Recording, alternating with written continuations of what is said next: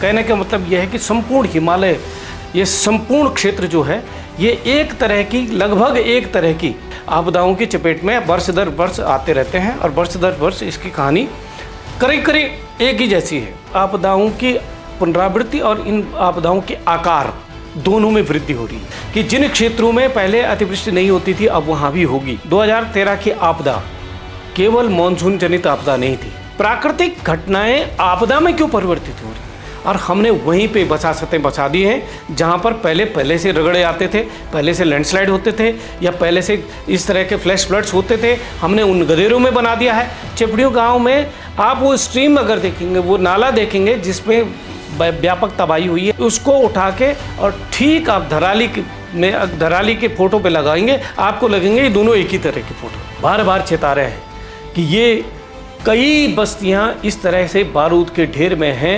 सारा कैचमेंट व्यास नदी के फ्लड प्लेन पे बचा हुआ मनाली है, कुल्लू है, मनाली, वो सारा क्षेत्र जो है, और उसमें आग का घी काम किया है। जो ये 4 जो रोड वाइडनिंग प्रोजेक्ट्स जो वहाँ भी चल रहे हैं, यहाँ भी चल रहे हैं, उन्होंने मलबा बेतहाशा पैदा किया। अतिवृष्टि से होने लगे जो नुकसान है वो असामान्य रूप से मानव के कारण बढ़ रहे हैं। तो आपने मकान क्या बनाए, आपने होटल बना दिए। तो जब होटल बना दिए तो आपने अपने अलावा अपने ग्राहकों को भी जीवन पर्यंत खतरे में डाल दिया। आज राम सिंह है, कल श्याम सिंह है आपका ग्राहक जो है, लेकिन आपने उनको खतरे में डाल दिया।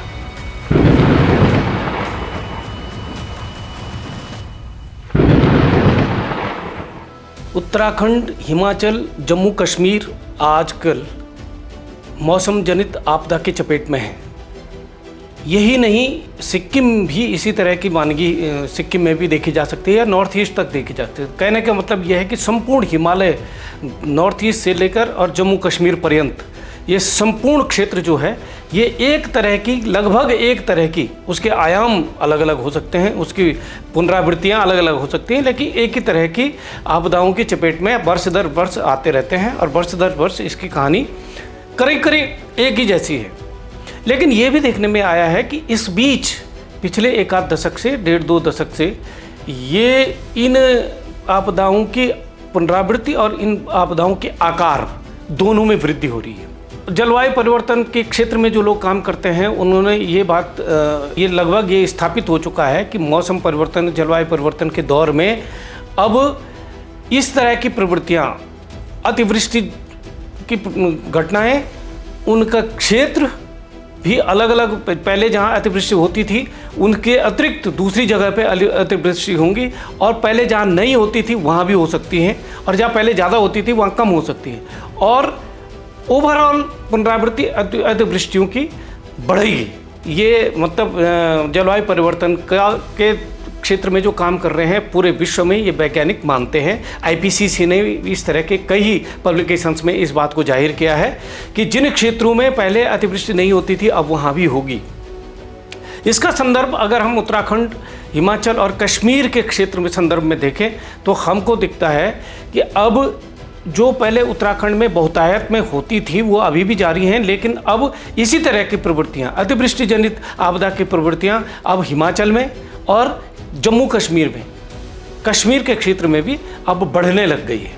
2021 में एक स्टडी हुई और उसने पाया कि ये, इसका कारण ये है कि जो पश्चिमी विक्षोभ है, हिमालय में बारिशों का 2 तरह से आने होता है, 2 तरह से बारिश आती है। एक आते हैं मानसून की बारिश जो कि गर्मी में होती है, जिसको कहते हैं साउथ वेस्ट मानसून, दक्षिण पश्चिम मानसून। इसकी वजह से उत्तराखंड हो गया, नॉर्थ ईस्ट हो गया, सिक्किम हो गया, ये सारे क्षेत्रों में बहुतायत में बारिश होती है मानसून के क्षेत्र में, मानसून के कारण। और हिमाचल प्रदेश का भी काफ़ी हिस्सा, और हिमाचल प्रदेश का बाकी हिस्सा और जम्मू कश्मीर में जो बारिश का प्रमुखतः साल भर जो बारिश का सबसे बड़ा कारण है, वो कारण है पश्चिमी विक्षोभ, वेस्टर्न डिस्टर्बेंसेस। पश्चिमी विक्षोभों की आने की आवृत्ति होती है जाड़ों में, और गर्मियों में बहुत रेयर होता है, बहुत ही कम।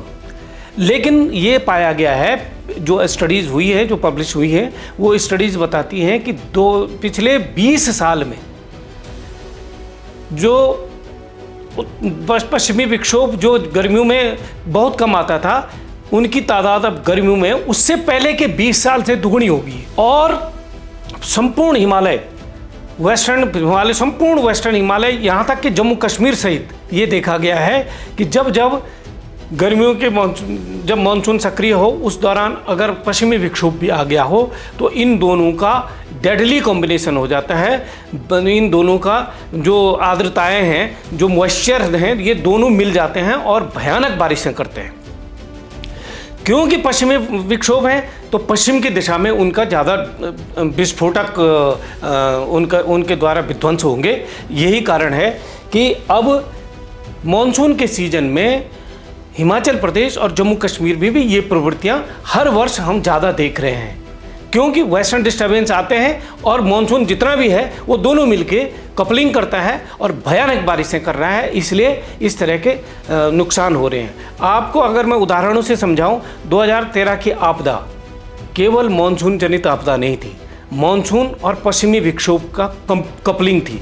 इन दोनों की दोस्ती ने भयानक आपदा पूरे हिमालय में, जहां खासकर उत्तराखंड में और हिमाचल के कुछ हिस्से में, जिसमें आप काली में, पूरब में काली से लेकर और पश्चिम में सतलुज तक लगातार करीब 16-17 नदियां एक साथ लबालब बाढ़ से ग्रसित हुई और इन सारी घाटियों में भयानक तबाही हुई।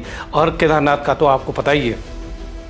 ऐसे ही 2023 में हिमाचल में, 2024 में हिमाचल में, 2023 और 24 में कुमाऊं में, 2024 में सिक्किम में, इस तरह की जहाँ जहाँ भी भयानक तबाही, बारिश जनित तबाहियाँ हुई हैं, उसके पीछे केवल मानसून ही मानसून को बदनाम ज़्यादा किया गया है। लेकिन मानसून के साथ जो ट्यूनिंग बढ़ती है वो उत्तर पश्चिम मानसून की, जो पश्चिमी विक्षोभ, जो कि पश्चिम से यूरोप से आर्द्रताएं उठती हैं और ये मेडिटेरेनियन सी से ये अपने में मॉइस्चर लाते हैं और यहाँ आते हैं, ये दोनों मिल के दक्षिण पश्चिम मानसून और ये आपदाएं कर रहे हैं। अब ये तो मैंने ये बताया कि अब ये प्रवृत्तियां क्योंकि पिछले 20 साल में दुगुनी हो गई हैं उससे पहले के 20 साल से, इसलिए साफ साफ तौर पर दिखता है कि इस तरह की घटनाएं बढ़ गई हैं। ये मतलब कोई अंदाज़ा नहीं है, ये साइंटिफिकली प्रूवन फैक्ट है कि इसलिए हो रहा है। अब दूसरा सवाल ये उठता है कि हैं तो ये असामान्य रूप से प्रकृति में घटित होने वाली संख्याओं, इनकी संख्या में असामान्य वृद्धि हो रही है, पर है तो प्राकृतिक घटनाएं। प्राकृतिक घटनाएं आपदा में क्यों परिवर्तित हो रही है?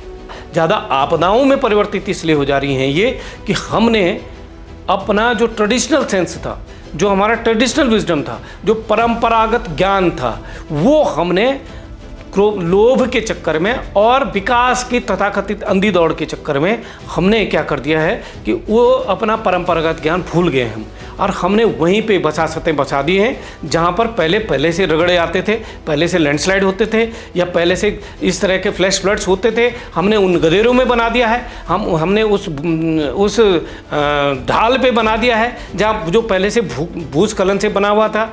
जितने भी बगड़ हैं, जितना भी इस तरह के या रगड़ा है, बगड़ है, भगवान है, इस तरह के शब्द जहाँ जहाँ भी जिन जिन क्षेत्रों को इन चीज़ों से पुकारा जाता था, इन शब्दों से पुकारा जाता है, वो पहले से लैंडस्लाइड जोन है और लोगों ने नाम रखा था उनका। ये एक तरह से ट्रेडिशनल याद रखने का भी सिस्टम था। ये बात सही है कि हमारे पास डॉक्यूमेंटेशन अभी भी पुअर है। डॉक्यूमेंटेशन परंपरागत रूप से हम इस मामले में बहुत ही लापरवाह रहे हैं, हमने इसको रिकॉर्ड नहीं किया है। लेकिन प्रवृत्तियाँ इस तरह की रही हैं कि जहाँ जहाँ रगड़े हैं, जहाँ भगवान हैं, जहाँ राड़ी है, बगड़ है, इनको हम लोग इनका नाम रख देते हैं ताकि सदियों तक इस नाम से समझ जाए, जनता समझे, क्षेत्र समझे कि भाई यहाँ कभी लैंडस्लाइड आया होगा।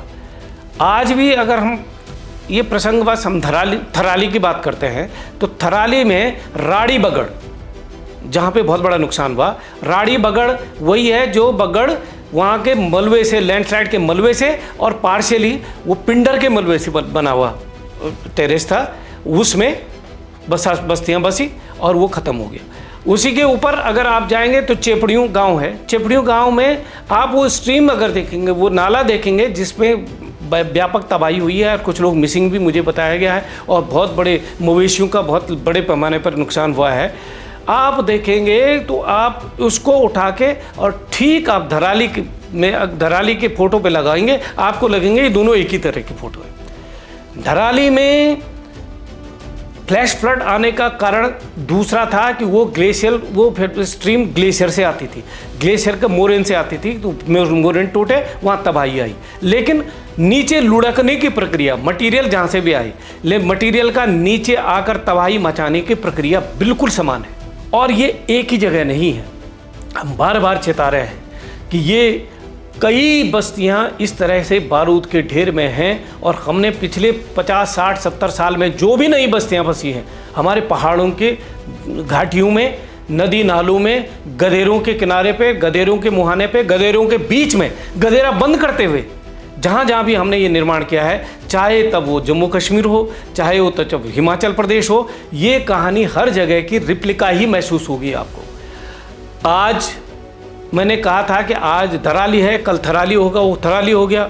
अब उसी में आप उसी श्रृंखला में घनसाली जोड़ दीजिए, उसी से नंदानगर घाट जोड़ दीजिए, उसी श्रृंखला में आप मुंशियारी जोड़ दीजिए, उसी श्रृंखला में आप भटवाड़ी, तो हमने पहले भी बोला था, बाद में भी बोल रहे हैं, हम गोपेश्वर को उसमें रख सकते हैं। श्रीनगर का बहुत बड़ा क्षेत्र उसकी जद में है। और कारण ये है कि हमने सारे नाले बंद कर दिए। श्रीनगर के चारों तरफ 54-55 नाले थे, अब वो 15-16 भी नहीं रह गए, और वो भी नैरो हो गए। ये बात धारचूला के बारे में भी कही जा सकती है, ये धर्मशाला के बारे में भी कही जा सकती है, ये अगर कहें आप तो ये शिमला के बारे में कही जा सकती है। जो अभी हुआ है जम्मू कश्मीर में, जहाँ जहाँ भी हुआ है, रामबन से लेकर और जिस क्षेत्र में भी हुआ है, वहाँ भी ऐसी स्थितियाँ हैं। पुराने लैंडस्लाइड जोन में ये पुराने गधेरों पर रखे गए हैं। हद तो ये है कि जो मनाली ब्यास नदी का जो पूरा कैचमेंट है, सारा कैचमेंट ब्यास नदी के फ्लड प्लेन पे बचा हुआ मनाली है, कुल्लू है, मनाली, वो सारा क्षेत्र जो है, और उसमें आग का घी काम किया है। जो ये जो रोड वाइडनिंग प्रोजेक्ट्स जो वहाँ भी चल रहे हैं, यहाँ भी चल रहे हैं, उन्होंने मलबा बेतहासा पैदा किया, उन्होंने स्लोप को डिस्टर्ब किया, स्लोप को उन्होंने मॉडिफाई किया, और उसकी वजह से और सारे स्लोप पे आपने बड़े बड़े 5-5, 6-6, 7-7 मंजिले मकान बना रखे हैं, आपने स्ट्रीम्स को बंद कर रखा है, सारे चौक कर रखे हैं। तो ऐसी अतिवृष्टि की दशा में वो टूटेंगे ही। अतिवृष्टियाँ असामान्य रूप से बढ़ गई हैं। अतिवृष्टि से होने लगे जो नुकसान है वो असामान्य रूप से मानव के कारण बढ़ रहे हैं। भूकंप किसी को मारता नहीं है, मारता भूकंप जिस तरह से मारता भूकंप के जो तुमने मकान बनाए, स्ट्रक्चर्स बनाए हैं, भूकंप में उनकी वजह से लोग मरते हैं, भूकंप से नहीं मरते। इसीलिए तरह से जो ये मौसमी प्राकृतिक घटनाएं हैं, ज़्यादातर ये आदमियों को नुकसान नहीं पहुंचाते, ये आपदा में परिवर्तित नहीं होते। आपदा में परिवर्तित होता जो मानव के क्रियाकलाप उसके रास्ते में है, उनसे आपदाएं कन्वर्ट होती हैं। तो प्राकृतिक घटनाओं का आपदा में कन्वर्ट होना मानव की सतत नासमझी का ऐसा जीवंत दस्तावेज हमारे सामने, जितना उत्तराखंड, उत्तर और जम्मू कश्मीर और हिमाचल प्रदेश, सिक्किम, नॉर्थ ईस्ट और इन सब क्षेत्रों में है, पूरे संपूर्ण हिमालय पर्यंत मैं कहूँगा, ये कहीं आपको इस तरह की दुर्लभ चीज़ें नहीं मिलेंगी। आप 10 साल में देख लीजिए, फिर जहाँ जहाँ ये भयानक लैंडस्लाइड्स हुए हैं, जहाँ जहाँ आज आपदा के ग्रस्त हैं ये क्षेत्र, वहाँ 10 साल में फिर बस्तियाँ उगेंगी। चाहे वो धराली हो, चाहे वो थराली हो, थराली में भी रिपीटेड लैंडस्लाइड्स हुए हैं, धराली में भी रिपीटेड लैंडस्लाइड्स हुए हैं, मनालीज में भी ऐसे होंगे, रामबन वाला क्षेत्र भी ऐसे ही है जहाँ रिपीटेड हुए हैं, पहले भी हुए हैं, पहले भी कैजुअलिटीज़ हुई हैं। 1950s में मनाली क्षेत्र में बहुत बड़े त्रासदी हुई थी, जिसमें 50-60 लोग मरे थे। अब उसी क्षेत्र में फिर से लगातार हो रहा है। तो ये सारी चीज़ें, कहानियाँ जो हैं, इसके लिए बहुत बड़े भूवैज्ञानिक की ज़रूरत नहीं है। इसके लिए जो इन क्षेत्रों की मिजाज को समझता है, इन क्षेत्रों की मौसम से होने वाले प्रभावों को जो समझता है कि यहाँ मौसम में क्या क्या प्रभाव हो सकते हैं, मौसम की विभिन्न घटनाओं से क्या क्या प्रभाव हो सकते हैं, वो सब जानते हैं कि कौन कौन चीज़ें, कौन कौन जगह हैं संवेदनशील हैं, क्या क्या करना चाहिए। और जो बना रहा, मज़ेदार बात है, स्ट्रक्चर बना रहा है, तब चाहे सरकार हो चाहे गैर सरकारी लोग हों, व्यक्तिगत लोग हों, वो भी जानते हैं कि मैं खतरे की जद में बना रहा हूँ। इसके लिए बहुत बड़े एक्सपर्ट की ज़रूरत नहीं है, लेकिन उसके बावजूद भी लोग बना रहे हैं, देखा सेकी बनाते हैं। इसने बना दिया, 10 साल हो गए, 5 साल हो गए, कुछ नहीं हुआ इसको, तो मैं भी बना देता हूँ। और जब असल में ये लोग समझने में फेल हो रहे हैं कि मकान आप 5 या 10 साल के लिए नहीं बना रहे हैं। मकान आप जब आप कहीं पे एक टेंट बना लगाते हैं ऐसी जगह पे, तो आप जितने समय अंतराल के लिए आप उस टेंट को वहाँ पे लगाते हैं और उसमें रहते हैं, उतने समय के लिए आप अपने को संवेदनशील स्थितियों में डालते हैं, खतरे में डाल रहे हैं। आप जब झोपड़ी बनाते हैं तो तब 2 साल 5 साल 7 साल के लिए डालते हैं अपने को खतरे में। और आप जब मकान बनाते हैं तो आप मकान के लिए जीवन पर्यंत उस मकान के कारण आप जीवन पर्यंत अपने आप को खतरे में डालते हैं। तो आपने मकान क्या बनाया, आपने होटल बना दिया। तो जब होटल बना दिए तो आपने अपने अलावा अपने ग्राहकों को भी जीवन पर्यंत खतरे में डाल दिया। आज राम सिंह है, कल श्याम सिंह है आपका ग्राहक जो है, लेकिन आपने उनको खतरे में डाल दिया। ये बात पता नहीं मानव समझता क्यों नहीं है। ग्रीड के आगे जिस तरह से लालच के कारण अन्य विकृतियां मानव के जीवन में आगे समाज में आ गई है, मानव के मस्तिष्क में भी लालच के कारण इस तरह के खतरों को वो ढक देता है, लालच ढक देता है, और मानव पुनः वही पुनरावृत्ति दोष का भागीदार बन जाता है। यही मुझे कहना था।